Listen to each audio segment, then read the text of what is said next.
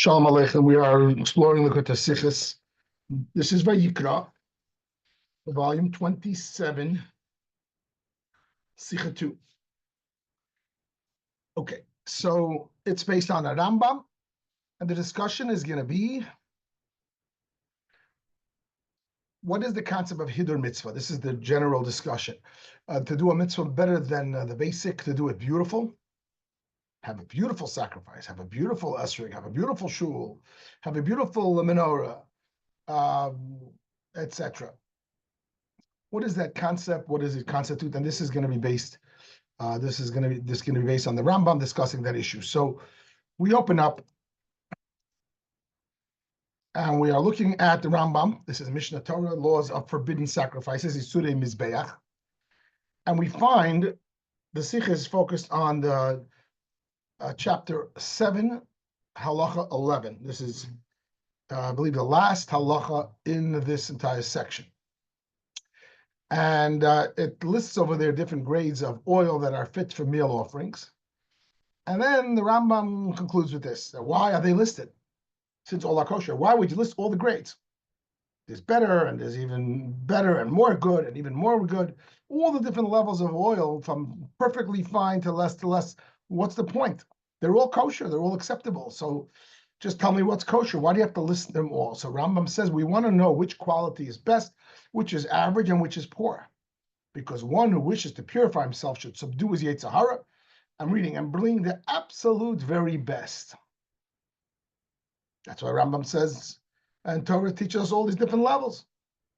Because even though they're all kosher nominally, we want you to know that there's places to go. You can do even more, and there's value to that. And where do we derive it from? As Abel in the Torah did when he brought his sacrifices. Not only he brought his sacrifices, and there's verses, which we're going to talk about later in the Sicha, that it says that Abel brought the best and the finest, and God accepted his sacrifices, unlike Cain. And then Rambam continues, not only sacrifices, but anything that's for the sake of the good name. That means Hashem, like building a shul, feeding and clothing the poor, sanctifying a gift to the temple, make it the best. That is the closing, and that's the basic, that's what the Sicha is based on, this particular entry in the Rambam. So the Rebbe says, one might think this is the first time Rambam is telling us the concept of bringing a better than basic offering. But wouldn't you know, we have it twice in the Rambam already. First of all, in the same chapter in Halacha 1, the Rambam there talks about the laws. The Rambam there says that not everything that's not disqualified may one bring in the first instance, but you should bring better quality. There are things that are disqualified, like blemish stuff, whatever.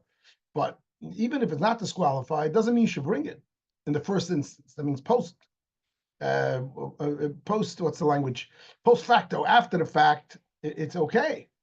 But in the first instance, lechatchila, best case scenario, don't bring something just because it's not disqualified. You should go better. So it seems to be saying the same thing as what he says in the same chapter in 11. Rambam is very organized. He says things in the right place, and he says it once. And if you look back earlier in the laws of this same section, forbidden sacrifices, Isurei Mizbeach, way back in chapter 2, after listing disqualifying animal blemishes, there's a whole list of blemishes in the animal, and every part of the animal that disqualified. Rambam adds that if an animal has certain other illnesses, even though they're not blemishes, they're not part of that list, but they're illnesses, certain illnesses, because they're so debilitating or what have you, they don't offer it. It's not the choicest. And the verse says you should do the choicest of your vows. That means when you bring an offering, it should be the choicest. So again, this seems to say the same thing. So why do we have it 3 times in different places of the Rambam? So the Rebbe comes along and says that the explanation is that they're teaching us different things. You can see from the little line that I highlighted in each. So let's go back to the chapter 2 at the bottom of the screen. Is saying there's things that maybe they're not disqualifying blemishes. There's no blemish, but it's so terrible, it's so substandard that it's not okay to use it. Rambam is not clear whether or not after the fact it's b'di'evet, it's considered done or not. Rambam says, I think that yes, but it's such poor standard that you're not allowed to use it. You're not allowed to use it. It's not you're being good and you're elevating. You're not allowed to use it. And some would say that it's even disqualifying. That's what chapter 2 is telling us. Chapter 7, verse halacha 1 is teaching us, no, beyond the letter of the law, beyond what you must do, you should try to bring better quality. Don't bring low grade, bring average grade. This is already an optional, though.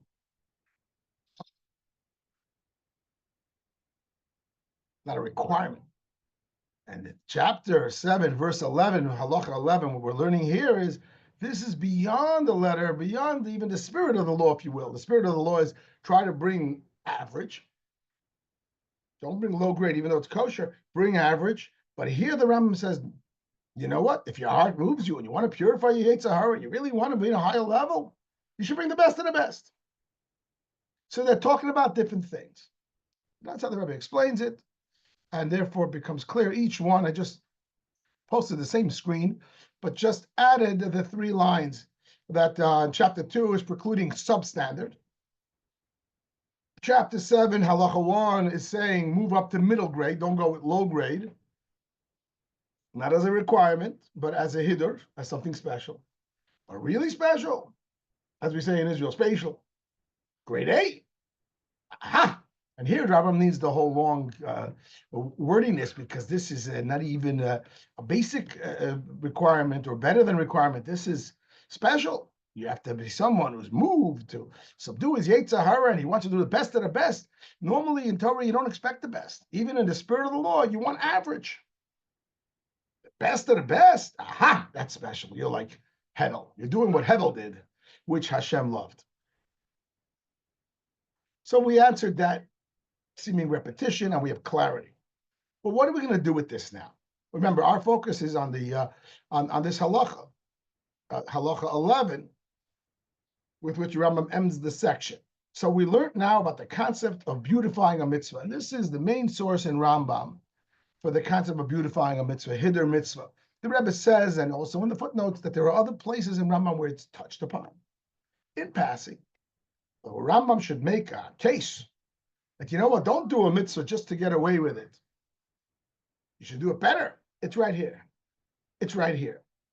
And because he says, bring the best and the best of your offerings. And then he says, not only sacrifices, but anything that's for the sake of Hashem, really you should try to do better, like a nice shul and like nice clothing for the poor and a gift to the temple. So this is arguably the main place in Rambam's Mishnah Torah where he discusses this thing which we're going to call beautifying a mitzvah, hidur mitzvah, which is an interesting conversation. It's hidur mitzvah. It's more than required, as we discussed. In this case, it's 2 steps up. It's not economy. It's not business. It's first class. And so we're going to discuss what is the definition of hidur mitzvah. What's the reason for it? What is it about? So we're going to do a deep dive now into Rambam versus the Talmud. Hidur mitzvah, I put it right on top of the screen.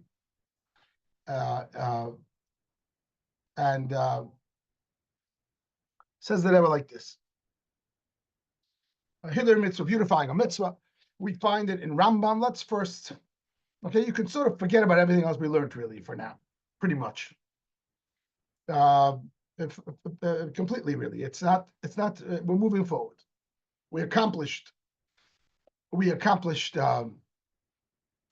understanding the 3 Rambams, and now we're walking away with our Rambam, which is the halacha 11. And what did we learn? This is not a requirement. It's not even beyond the requirement. It's hidur mitzvah. It's a beautiful thing if you want to do it. You want to look beautiful. You want to really give Hashem the best of the best. So now we're zeroing in on that topic. Make believe this is a new Sicha. The scholars in the Zoom are going to say there's linkage. There is, but it's a lot easier if you close the book on the before, because you don't need to take that with you. You can move on. So what are we moving on with? Moving on with 1 Rambam. There's no longer 3 Rambams. What is the 1 Rambam? Halacha 11. That the concept of hidur mitzvah.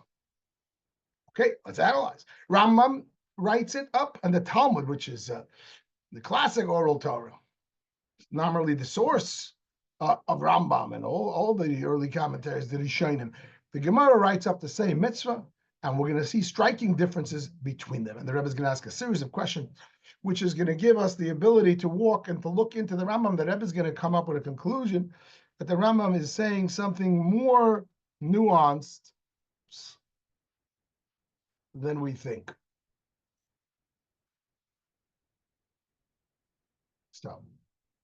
So the Rambam, we already read it, but let's reread it because a little more details. Rambam says, one who wishes to purify himself should subdue his Yetzer Hara and bring the absolute very best. As is stated, Hevel, here you have, I brought the full verse. Hevel brought his finest sheep. And God turned to Hevel and his offering, which means he accepted it. And then Rambam continues. The language in Hebrew is beautiful. Kol davar shehu l'shem, l'shem hatov. Anything that you're giving for the sake of the good God, the good God, make it the best. You're building a shul, it should be nicer than your home. You're feeding and clothing the poor, it's the best and finest. You're consecrating the temple, make it the best. That's the Rambam line. The Talmud says this in Hebrew: "Snor the fun of mitzvahs, beautify yourself in mitzvahs before Hashem." And what's the verse the Talmud brings? As it is stated, we say this in the shir of Moshe, the Oz Yashir, every morning. This is my God, and I beautify him. And what should that do? He gives examples. Make a nice sukkah, a nice lulav, a nice shofar, a nice tzitzis. He's a little more wordy. I'm keeping it concise. Just as obviously as for instances. So the Rebbe says, before we even look at the list of the Rebbe's questions, let's analyze the text ourselves. And I lined up the text so that you can make the comparison. The Rambam uses the words, you should purify yourself. The Talmud says you should beautify yourself. Okay, that's interesting. It's only going to be interesting once we get to conclusion. The verses that are chosen, this is very interesting. The Gemara, the Talmud, nominally the source of Rambam, has said, he uses a verse, this is my God, and I'll beautify him. Rambam brings a story from Havel. Cain and Abel from the book of Genesis. Like, why? Why doesn't he use the Talmud's verse? Also, why does he cite different examples? The Talmud cites Sukkah, Lulav, Shofar, Tzitzis. Rambam cites Shul, Tzedakah, and then sacrifices and sanctification, consecration to the temple. He cites 4 examples exclusively, not the ones in the Talmud. So this is very curious. So let's look at the Rebbe's questions now. Why did Rambam cite different examples in the Talmud? Number 2, why did he wait and to teach us this law, the principle of Hidur Mitzvah, which is a principle? It's not a required principle. It's not a required law, but it's a law in Judaism that you want to do a mitzvah beautiful. Good on you. It's good. He waits until he gets to the book of Kabbanis. There's so many books before, and especially since Rambam says this is a principle in all of Judaism, right? Didn't he say that? Anything that you do for the sake of the good God, which is understood to mean any mitzvah, do it better. So you would expect him to wait till Sefer Karbanis, which is way, way into the 14 books of the Rambam. He should have put it in the second book, the book of Abba, the book of love, where he tells you the mitzvahs of the sukkah and the lulav and the shofar and the tzitzis, which Rambam cite. And you even have the mitzvah of building a shul in that book. I'm sorry, which the Talmud cites.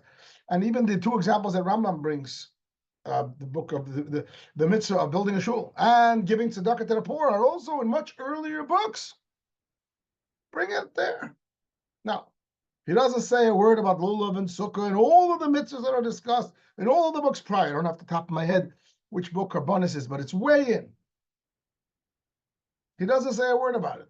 In most cases, there's small hints, but he does not discuss the topic. And he doesn't mention it so much when it comes to the shul, or when it comes to, he doesn't say that principle, at least in those cases when it's tzedakah.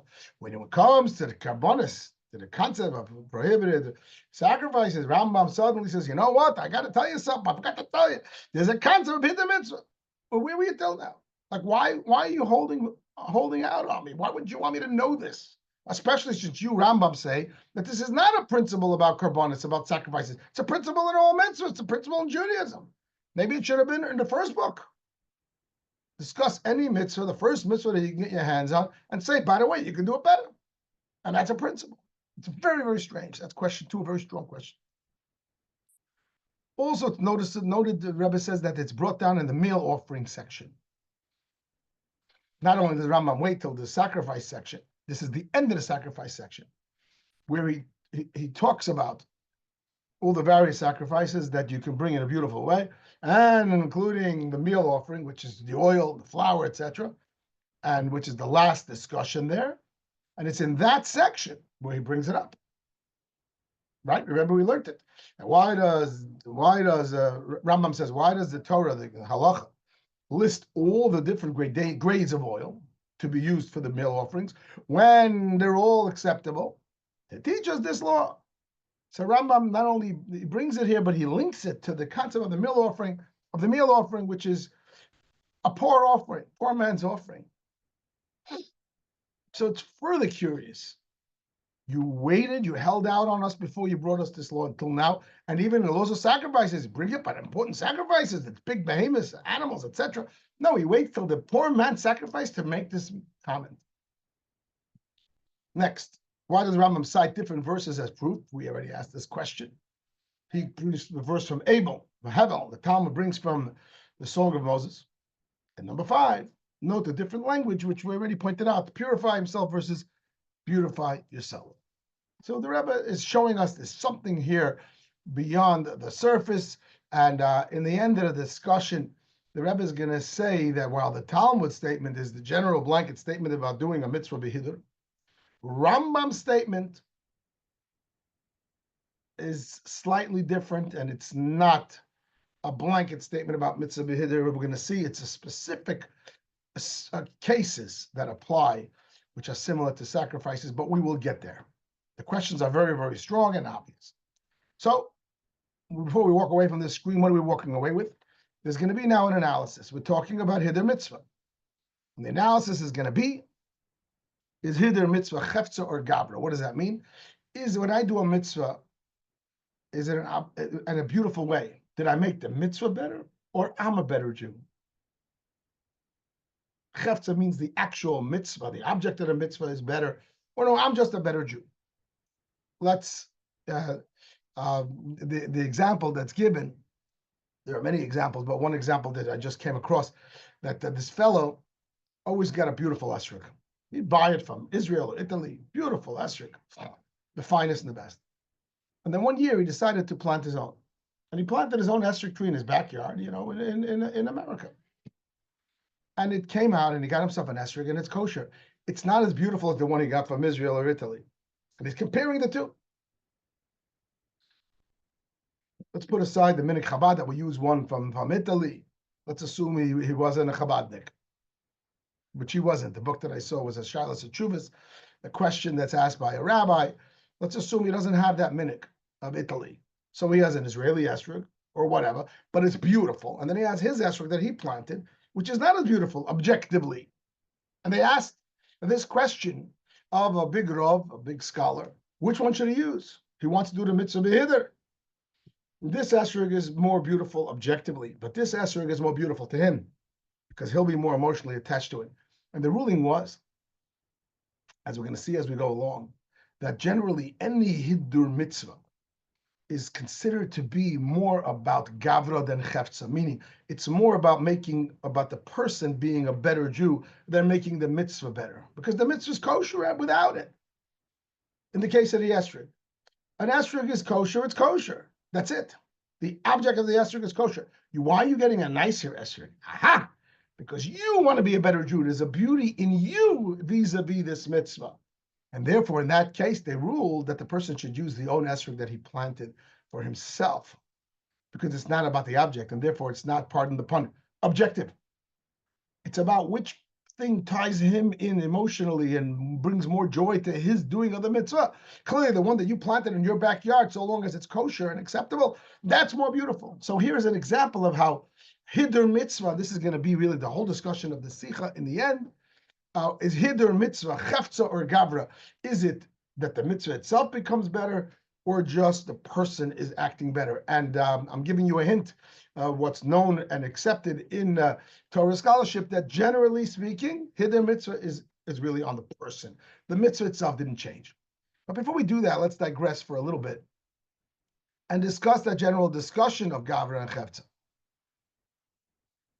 In general, without forgetting where we're going to come back and bring this conversation into Hiddur mitzvah, beautifying a mitzvah. Is it Chefza about the object or Gavra about the person? But let's first get a handle on those two terms. So some mitzvahs are more about the object and some mitzvahs are more about the person who does the mitzvah with that object. Let's take an example. You put a mezuzah on your door.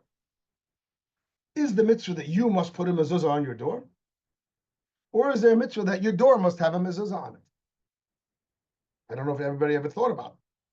So the halacha is clearly that the mitzvah is about that your door has to have a mezuzah. Proof is that if you move into a home and there already is a kosher mezuzah, you have no need to put another mezuzah. There isn't even a mitzvah for you to take it off and put it back on or exchange it.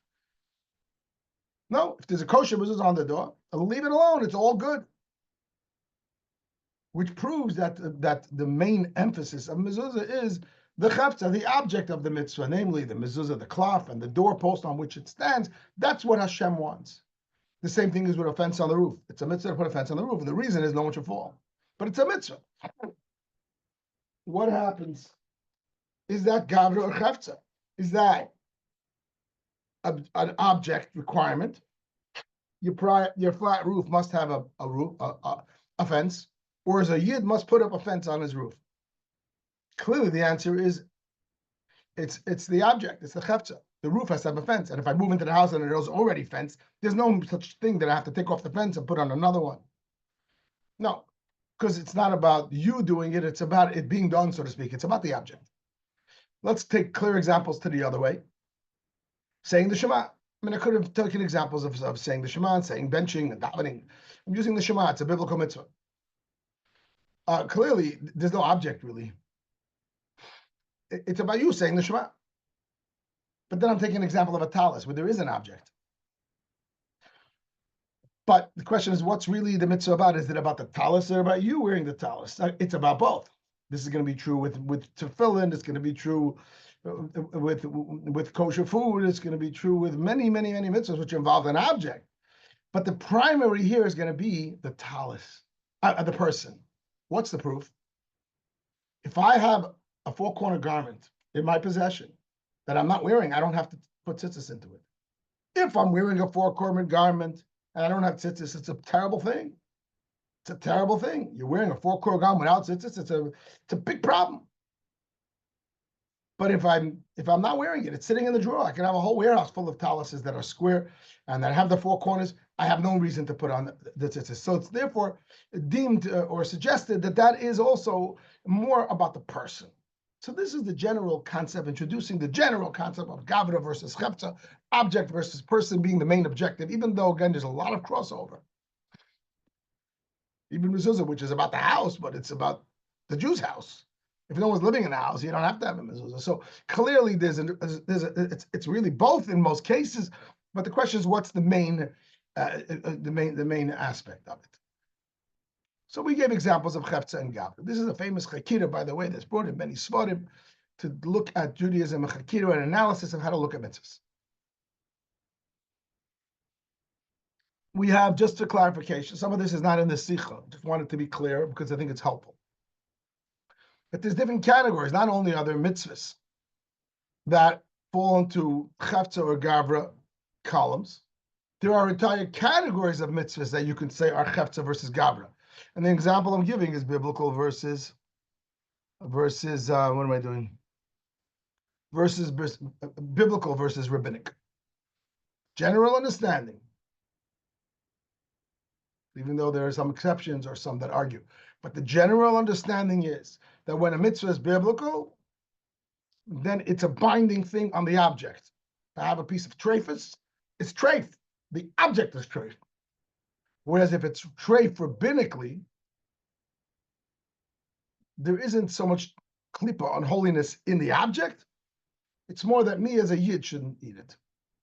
It's more on the person, which makes sense. A biblical mitzvah means Hashem said this is treif. You're looking at a piece of treif, and it's a treif thing. Where something that's rabbinically prohibited is because of offense around the Torah, whatever the reasons the sages made, which to us is all the same. We make a bracha on the mitzvahs of Rabbanan, we have the same respect for them. But still, it's okay to analyze and understand that nominally, why do they give us that restriction?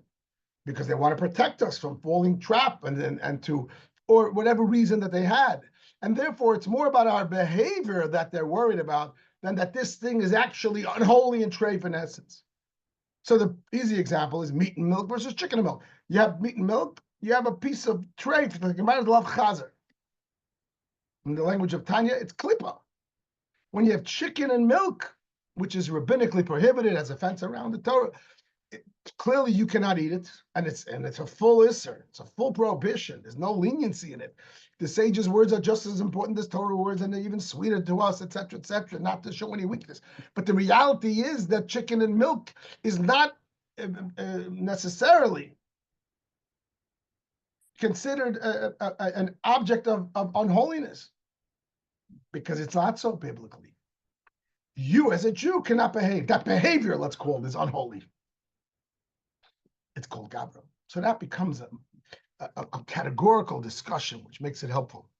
The other example I'm giving is that if you do a melacha on Shabbos versus muktzah, melacha, the 39 laws the Torah prescribes. You know how to cook, you know how to bake, you know how to sew, you know how to weed, you know how to write, how to carry. When you, that melacha is a prohibited thing. Whereas if I did something muktzah, it's a rabbinic thing. Muktzah, I don't know how to touch your money on Shabbos. Why did the sages say it? Because they didn't want us to get carried away and make Shabbos like weekday, and we're going to get busy, and we're going to forget, and we're not going to be in the spirit. All of these things that the sages are saying are gavra things. They're mindset things. We want the person to do the right thing. But that is not an actual chefza shel iser. On Shabbos, the money is not a prohibition object. It's not an unholy object, whereas a malacha becomes an unholy object. And I believe there will be a halachic distinction in this case, and probably in all the cases, that if by accident, please don't follow this ruling without asking Rav, but I believe that if by accident somebody cooked on Shabbos, a yid, chas v'shalom, it's a terrible thing, by accident. So obviously, they do tshuva, and they're not going to be punished. It's wonderful. They're wonderful people, but they did a sin. You can't eat that food. You can't eat that food. I don't think you could ever eat it. But if a yid did something muktzah, they didn't do one of the violations. If it was done by accident, you could benefit from it, post facto. Again, don't quote me on that. But the point is, I'm pretty sure that's the case. Point is, there's a big difference. I'm looking for a positive mitzvah example. Matzah versus murder. We know murder nowadays is rabbinic in nature because we don't have the sacrificial lamb. And the biblical mitzvah is to eat the murder with the sacrificial lamb and the matzah. Al matzah sumgroidim yechlu. Eat it with matzah and murder. You don't have it, so therefore murder today is rabbinic. We still make a bracha, shakit shadu b'mitzvah, because it's rabbinic. As we make a bracha on all rabbinic mitzvahs like Hanukkah and reading the Megillah and everything else. But the fact is that when you eat your matzah, the matzah is holy. When you eat the murder, you're doing a holy thing. Okay. So that is a categorical difference. This gave us a little bit of an introduction to the conversation of Chefza Gabra, which we're going to bring into Hither Mitzvah. Generally, it's understood. An actual mitzvah is mostly in the column of Chefza, mostly, or certainly part of it if there's an object, whereas the Hither Mitzvah, let's use my example of the esrog. Having a kosher esrog, it's a requirement of the actual chefza. The object needs to be kosher, and if it's not kosher, the object is not. And the minute there's a kosher esrog, the object, and you make a bracha, the object gets a holiness. Let alone a holy tefillin, Torah book, a holy tefillin, a mezuzah, etc., even a lulav has some level of holiness. The esrog, whatever you do a mitzvah with, the object gets some holiness. Well, because it's a mitzvah. But if you take a nicer esrog versus not, that is already a preference that makes the person a better yid. And therefore, as I said earlier,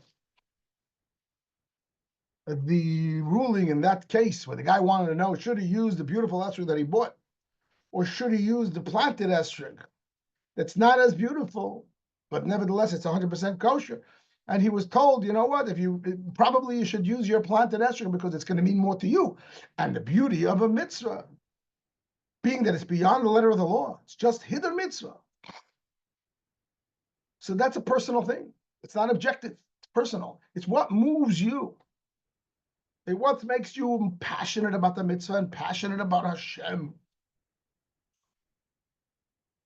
And therefore, you're probably going to be more passionate when you're holding your own esrog that you planted in your backyard. Wow, that's crazy. You know that maybe with writing your own mezuzah and writing your own tefillin, writing your own Torah scroll. As long as it's 100% kosher. Maybe it's not as pretty as someone else's, but there's arguably Hiddur Mitzvah would go and say, use your own mezuzah and your own tefillin, your own esrog, because again, Hiddur Mitzvah is beyond the letter of the law, and therefore it doesn't make the actual mitzvah better. The actual mitzvah is as good as it gets once you cross the threshold of acceptable and lechatchila in first instance. It's good. But here you're being a better Jew, and therefore Hiddur Mitzvah would be in the column of Gavra, more personal and more on the personal taste. By the way, you look about the esrog, and again, don't quote me. I'm not an expert and I'm not a rov, but you look in all the different minhagi Yisrael. Go into a Chabad shul, and go into a Litvish shul, and go into a Belzer shtibel, and go into other places, a Brisker shul, and you'll see what they consider in their custom, and therefore in their tradition, for hundreds of years, a beautiful esrog is completely different. You know, we consider what the Rebbe considered, the shape of the esrog mostly, primarily. We also look for other things, but we look for that shape. That's the Rebbe's way. But some other people say, no, it has to be like a tower. And the question might be like, which one is it? When it comes to black and white halacha, there isn't many differences. There's certain things that make a esrog puzzle. But this is not halacha. This is already beautification. Beautification is really personal.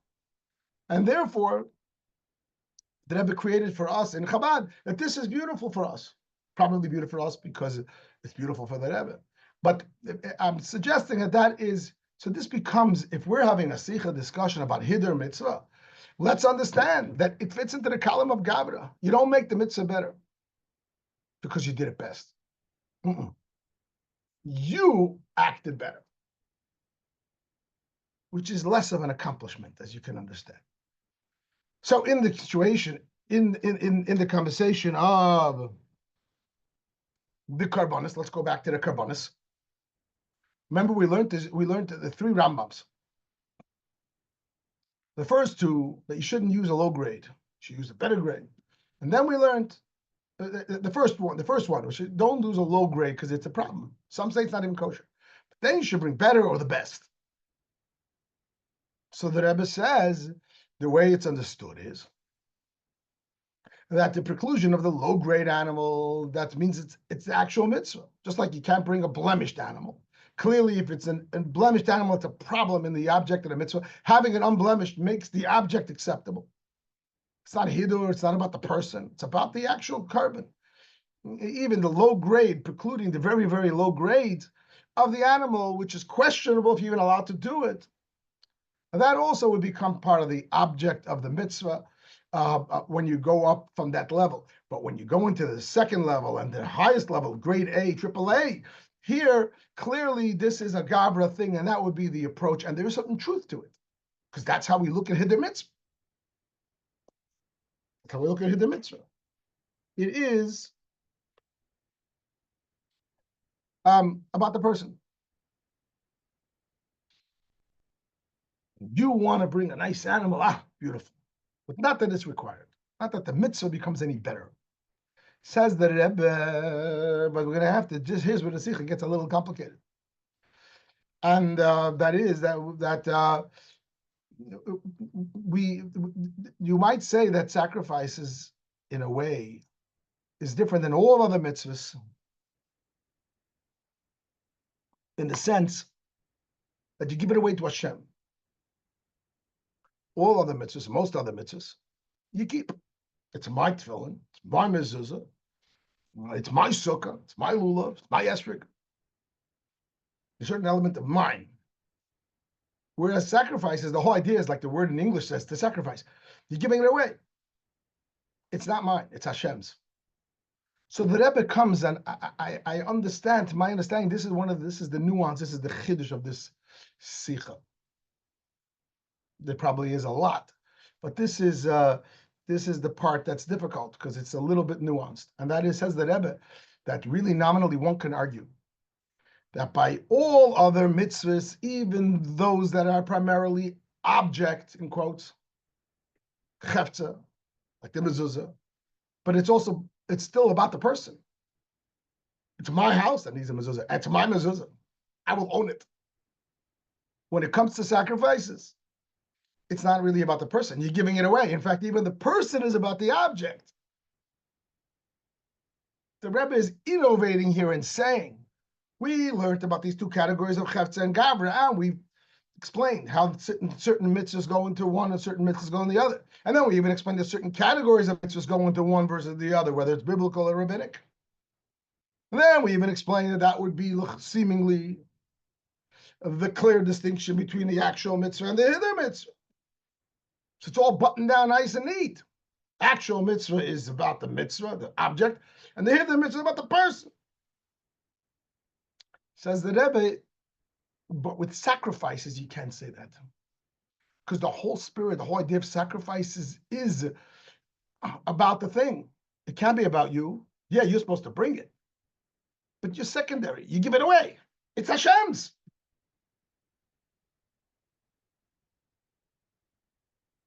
And therefore, all other mitzvahs are primarily yours, even if they're about the object. As I said before, the mezuzah. It's the mezuzah is about the object. But it's my mezuzah. I own it. Right? The Yid keeps it. He did a holy thing. He spent money. What a beautiful mezuzah. It's wonderful. There's an objective holiness in his possession, but he still owns it. And therefore, the Rebbe is creating a new definition of Gavra Chefza, or he's crossing them over. Yes, there's Chefza and there's Gavra, but then there's sacrifices, where even the Gavra, the person involved and his investment, is really objectified, to use a bad word, is really objectified. It's really primarily about the object because it's about the object, because it's not about me. No one says I did a carbon well. No, I gave a nice carbon to Hashem. Is the recipient here? It's a whole new story. Whereas all other mitzvahs, in a sense, since you always keep the object, it's always your mitzvah. People like to be possessive. Oh, that I have a good davening. Oh, I had a beautiful, my davening. It's beautiful, but it's still mine. And therefore, even the mitzvahs that are very much chefza, very much object related, as the example of mezuzah and others, nevertheless, they're very much linked to the person. So sacrifices, the net takeaway of this, and this is the main point of this discussion on this screen, sacrifices stand alone. And in a sense, in totality, they move into the column of chefza. It's all about the sacrifice because you give it away and you don't want to keep it. So now we come back, and the Rebbe brings it all home.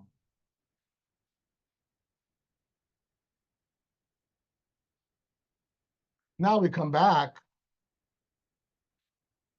and now we're going to explain. Remember, we had a bunch of questions. Oh, the screen changed my numbers. Let me just change this.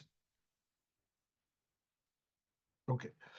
We had 5 questions, and because we're trying to understand the Rambam versus the Talmud, right? And this was the discussion of a Hider Mitzvah. So we started the Sicha with that. Rambam's statement seems to be his source of Hider Mitzvah, but he differs from the Talmud in many ways, and we asked a bunch of questions. Says the Rebbe, once we understand the aforementioned, namely the Rebbe's Chiddush, the Rebbe's innovation, to my understanding, that karbonis, sacrifices, because you give them away, they're nominally really more in the column of chefza, of object. They're not about you. They're about the mitzvah. If you want, you could say they're about Hashem. Even though the mitzvah is also about Hashem. I put on tefillin for Hashem. But it's my tefillin. Look what I did for Hashem. But when you give away a carbon, it's not yours. It's Hashem's. The whole idea is to give it away.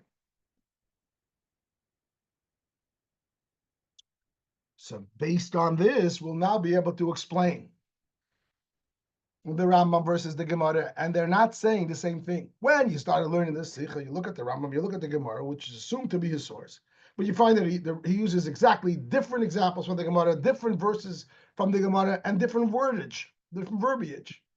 And you say, well, he's just being creative. It's not his style. You want to see the Gemara sources and samples and examples and verses as much as possible. And he deviates as much as possible. Comes along the Rebbe brilliantly mechadish and says he's speaking about a different thing. The Gemara is teaching the concept of Hider Mitzvah in general in Judaism. Rambam is speaking about the Hider Mitzvah specifically in Karbonis and mitzvahs that are like Karbonis. And therefore, the language of the Talmud is going to be possessive. Beautify yourself in mitzvahs.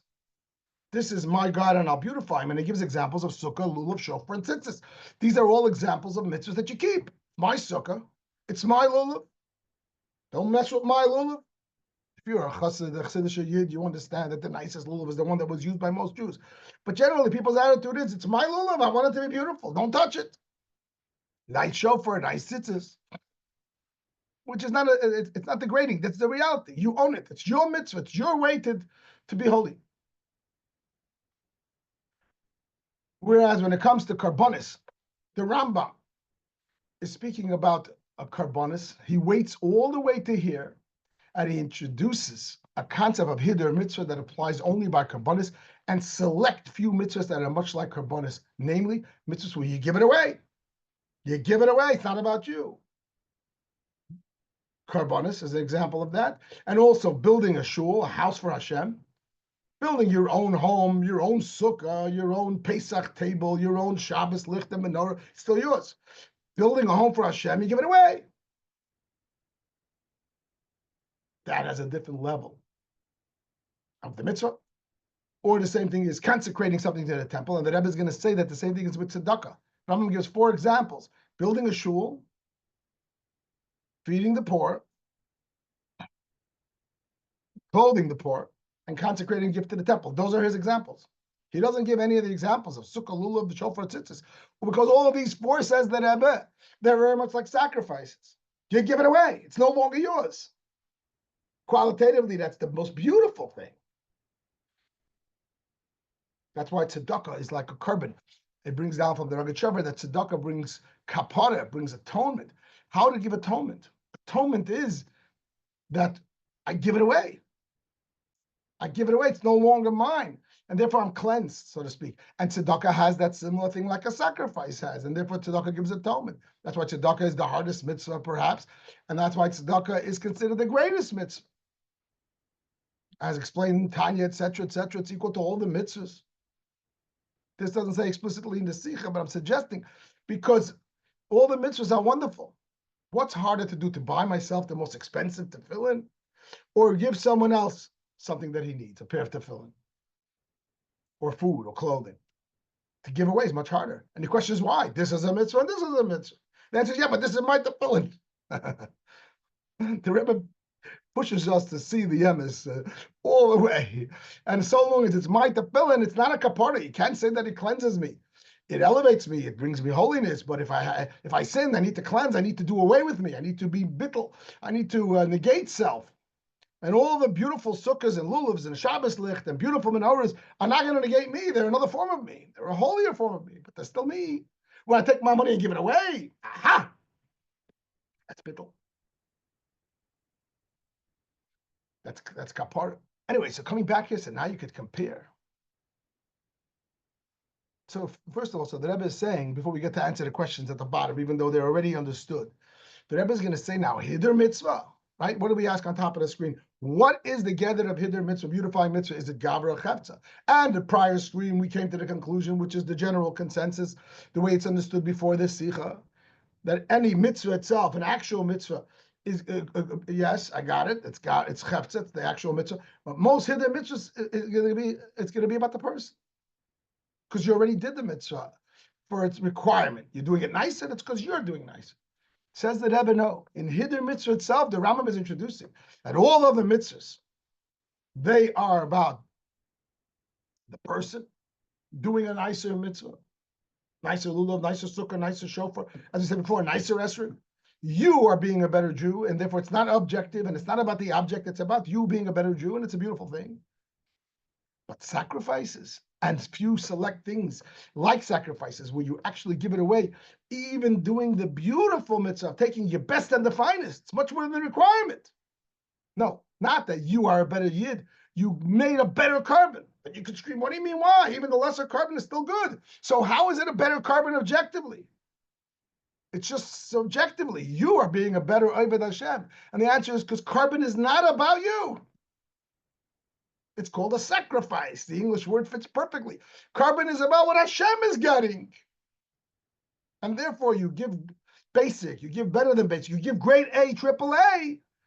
This is a better carbon. Objectively, it's holier, it's better, and it's for real. What do you mean? Isn't it better about you did better? The carbon is not about you to begin with.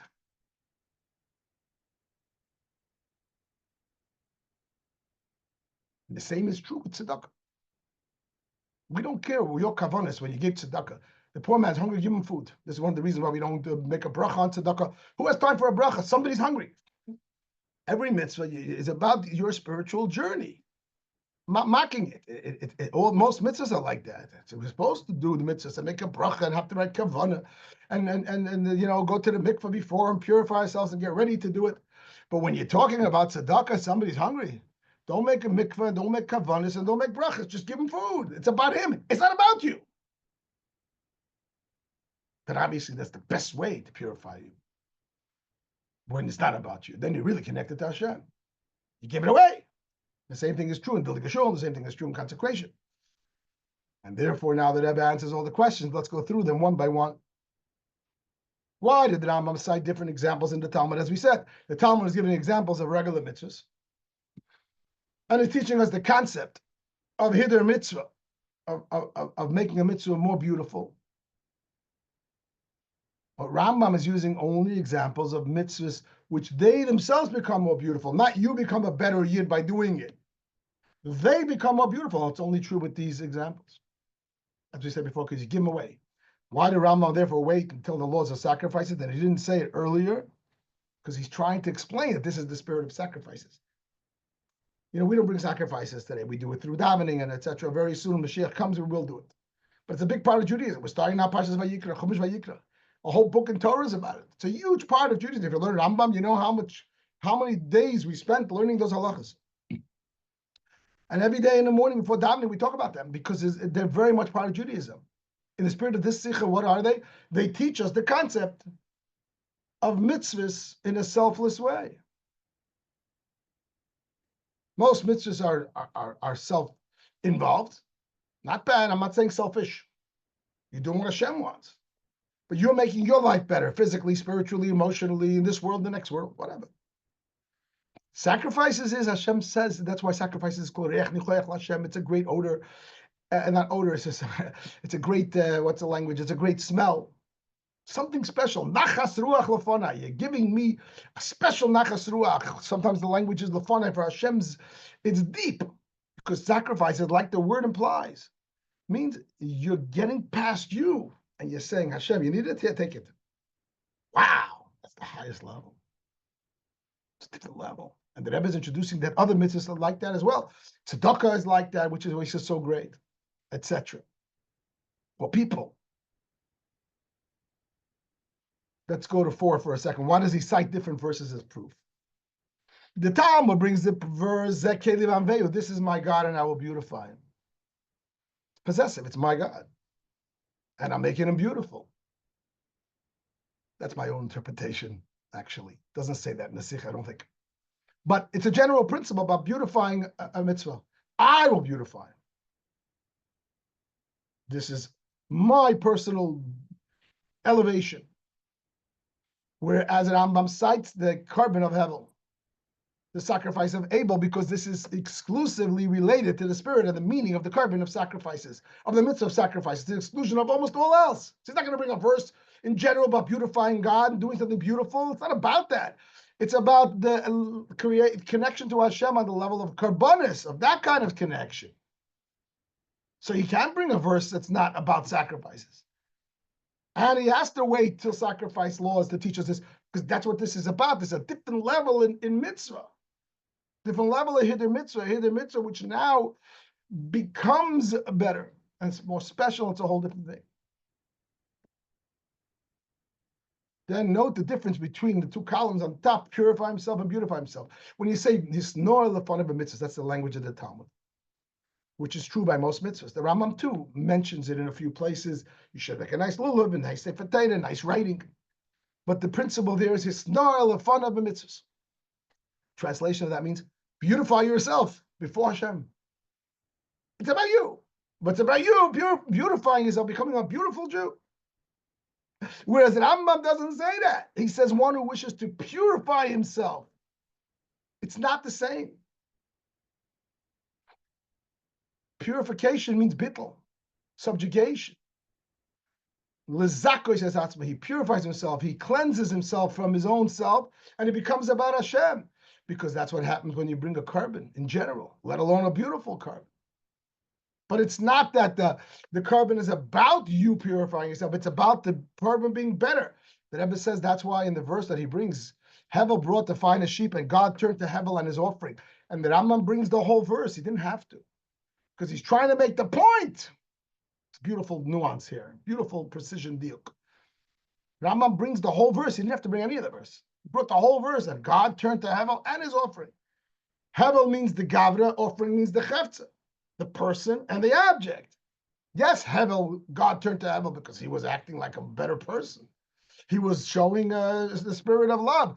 But also the offering becomes better, as the aforementioned, that in the world of Karbonis, everything, even the person, is part of the object, because it's all about what Hashem is getting and not about my experience.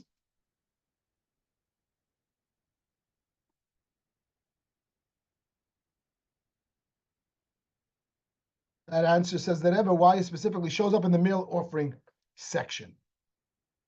Because it says by the meal offering in today's Parsha. Parsha begins that you should bring if you want to bring a bull, an animal. Then it says if a person doesn't have the money, you can bring a bird.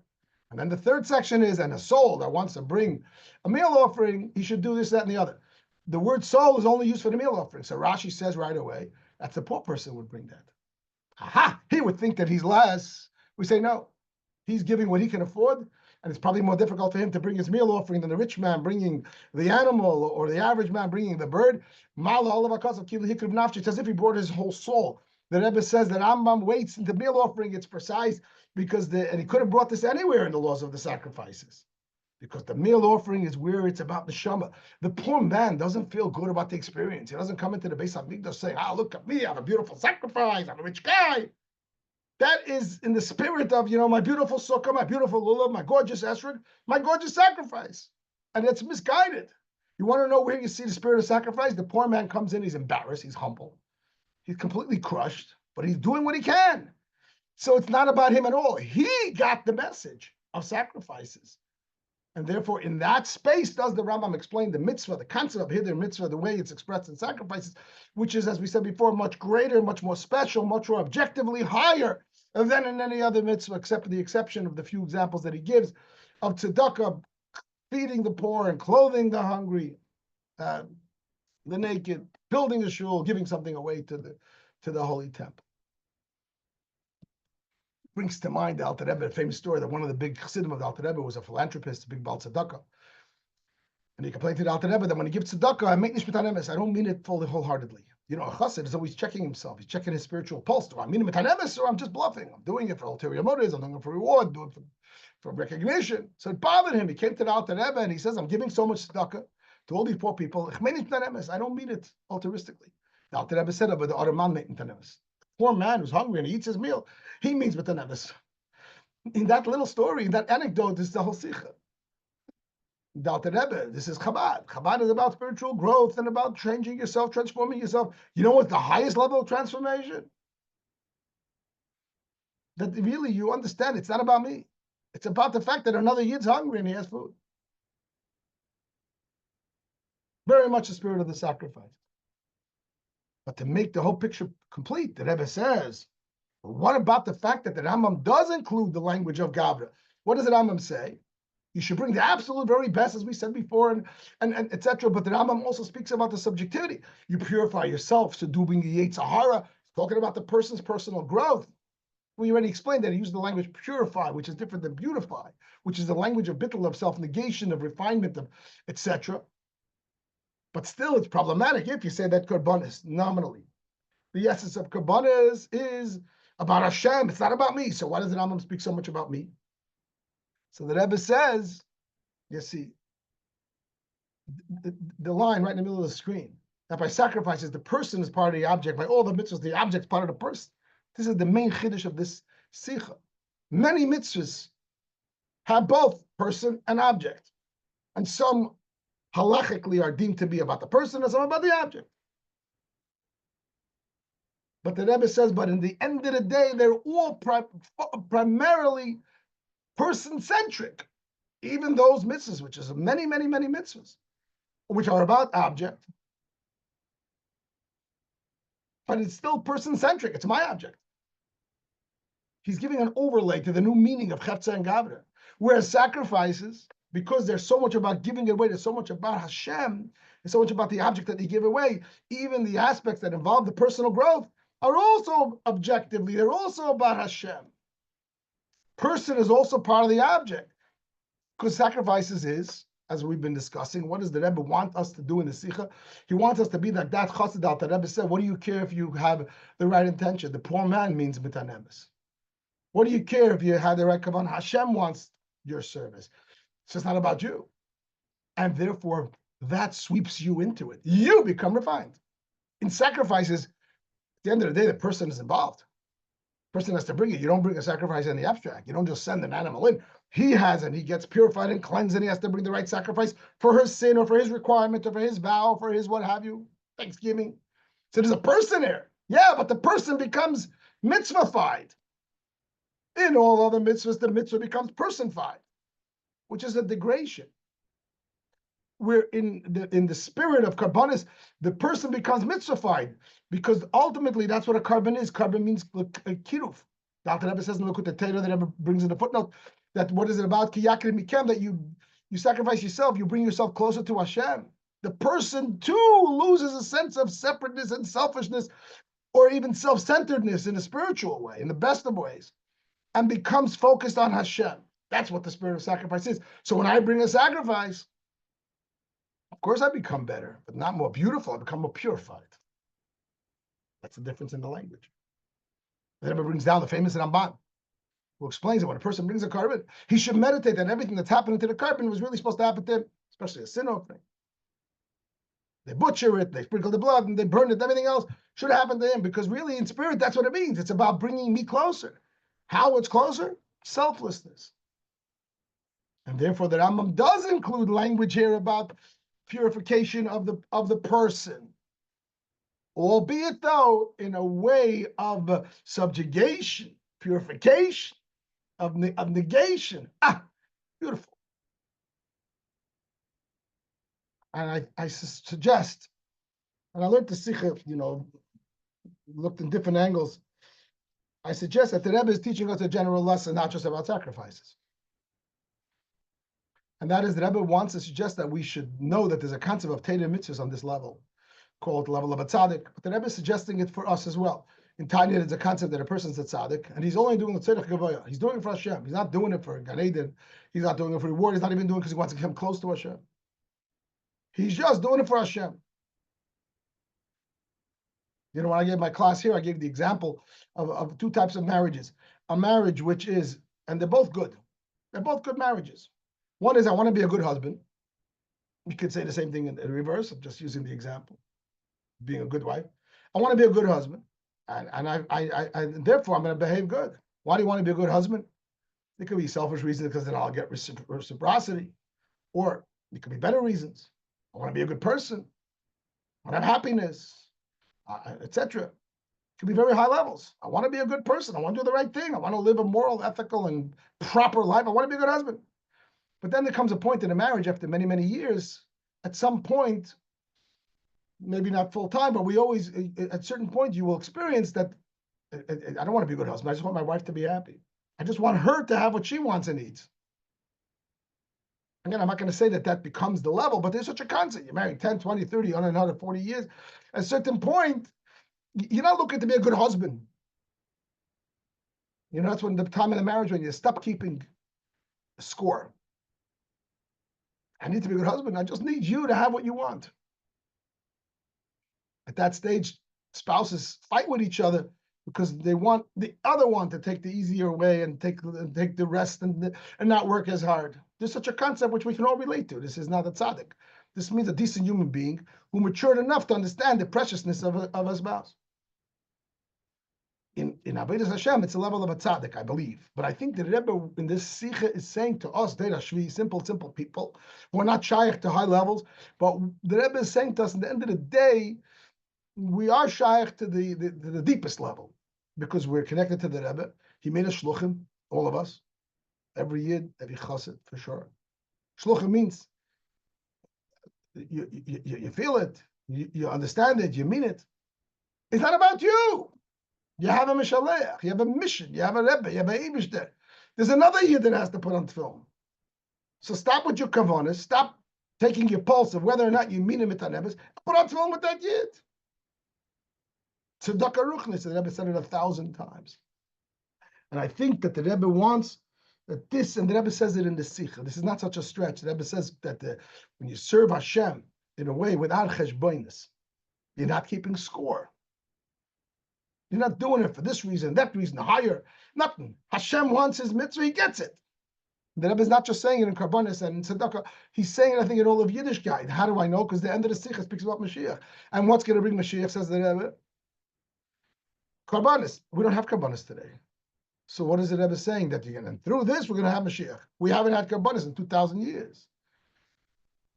My opinion is that the Rebbe is saying the avodah of Karbonis. We start serving Hashem the way the Rebbe wants, to be shluchim, to be soldiers, to do it for Hashem, to do it for the other Yid. The famous story that the Chabadnik was standing by the Koisel offering people to put on film. Somebody else set up a competing booth on the other side. A nice Jew, not a Chabadnik. He never learned Chassidus. Somebody walks by the other guy's booth, and he's offered film, and he refuses, adamantly. Screams at him. You're from Jews, you're destroying the state. The same Jew comes across the plaza by the Koisel and passes by the Chabadnik, and he offers him film, and he does it happily. So on the way back, the other guy says to him, I don't understand. Me, you refused, and you were screaming at me and everything, and him, you did it happily. So this is how the story goes. I don't know if it ever happened or not, but it certainly could have happened. So he says, I'll tell you why. When you offered me tefillin, I felt like you wanted to take from me a mitzvah. When he offered me tefillin, I felt like he wanted to give me a mitzvah. Whatever we are, and we're not high-level people, we're not foolish to think that. But one thing that I've burnt into us, a love for a mitzvah, for tefillin, for another year, not so we should get Elam Haba, not we should get reward. Hopefully the world is picking up on that too. And that's why Tak is starting to do mitzvah. But a Lubavitcher has a thing, if I can get a yid to put on tefillin, if I can get a girl to take home a Shabbos licht and bench licht, that's the biggest reward. What are you going to get from it? There's nothing better than that. Not in this world, the next world, you can't buy it. No Gan Eden can pay for the geschmack that a Lubavitcher woman has if she got a girl to light Shabbos licht that day. What does she gain? The girl gains. Hashem gains. The Rebbe has nachas. This is the Rebbe trained us that we're shluchim, to bypass the ego in a sense. Again, emotionally, we're very far from it, but practically and philosophically, at least in our mindset, we get it. And that, the Rebbe says, that is what sacrifices represents. And that's what the Rebbe says, Mizbeach is an acronym that means Maziach, right? Mizbeach says 4 things. Mizbeach, Maziach, Meizin, Mechaper, Mechabev. But the Mizbeach is an acronym, so to speak, of 4 things, that it cleans and it purifies and it atones, and it brings Jews to be beloved to Hashem. And I can understand why. Every mitzvah should make me beloved. Every mitzvah is about me. It's like the first type of marriage. I'm a great husband. The wife can't complain. She's even happy. He's a great husband. But when is there beloved? When you stop keeping score. You're not looking for anything. You're not trying to be a good husband. You're just trying to make sure that she has anything she wants and needs. That's your only priority. The same thing, because in Nimshul is the concept of karbanis. And like I said, it's not only karbanis. Every mitzvah, he's doing it with that attitude. Not only it's mechaper, it cleanses, because as we said before, kapara means when I give myself away, that's how you cleanse yourself. You could continue doing good things. You didn't cleanse the bad stuff. You cleanse the bad stuff by giving away yourself. Like a fast day, like a carbon, like tzedakah, as we said. And that's what the person is doing with this type of avodah. The essence of it is bittul. And this, the Rebbe says, will bring Mashiach, because this is mechaber. This makes Hashem in love with us. When you realize that we finally got it. That it's not about us, it's about him. Because really, we are part of it. When we're mezachich, when we purify ourselves, we understand that his needs are really ours. And it becomes one and the same.